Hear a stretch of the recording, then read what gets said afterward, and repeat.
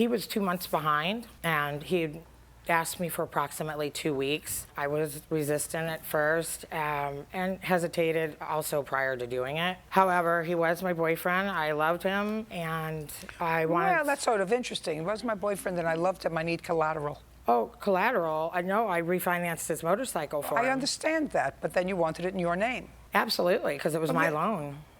I understand. But it sort of doesn't go together with I love you, but now I'm going to take out this loan, but now I want it in my name. Well, probably good sense. What did you do with the motorcycle? You sold it. Yes, ma'am. Because the original company that you had financed with sent you the title because there was no longer a lien on it because you paid off the lien. Yes, Is that ma'am. right? And in what month and year did you sell the motorcycle? June 13th of this year. 2016. To whom? The motorcycle dealership that I originally purchased it from. Did you buy another motorcycle? No, ma'am. So you sold it back to the company? Yes. I was having no luck on Craigslist, and You were what? I needed selling it myself, and I'm laid off, and I needed money.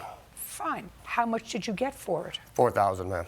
How much is left on the loan? The balance on the loan now is $6,300. They've added insurance, interest. I'm not getting involved with that. Tell me, sir, about this money that you needed for a lawyer for a custody battle. She was in a battle with daughter's father, and there was a guardian of a litem appointed to the case, and she came from her last court date, and he had won.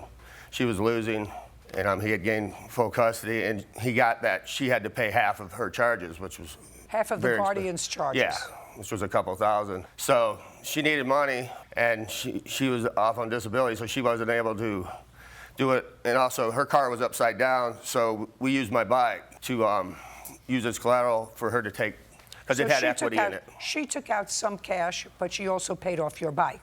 Yes. Okay. But if the loan was $5,600, sir, let's just say it was $3,500, you made 5 payments of $155. That's still a lot of money that you owe her, because you sold the bike and took all the benefit.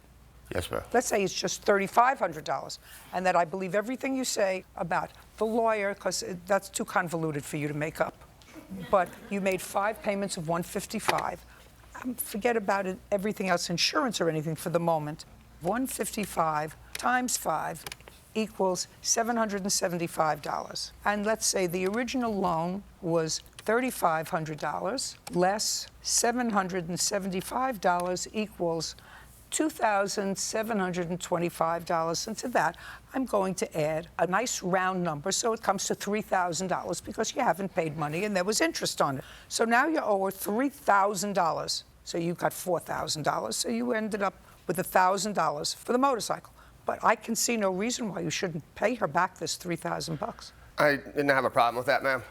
After I sold the bike, I paid 2 payments after I sold the bike, or 1, whatever it is. But she came to me that her credit union was upset that there's no insurance on the bike. Well, I didn't have a bike to insure. So she went to take the bike. She's telling me she's going to sue me, which we're doing right now. And I said, let's just get an agreement. Because at this time, which I should have done in the beginning, was get a written agreement how we did all this. I learned my lesson on that. And she refused. All she wanted was the full payment. She didn't want to drag it on. We were broke up, but I had no access to do that. And you should have paid her when you sold the bike in June. Anyway, so far you owe her $3,000.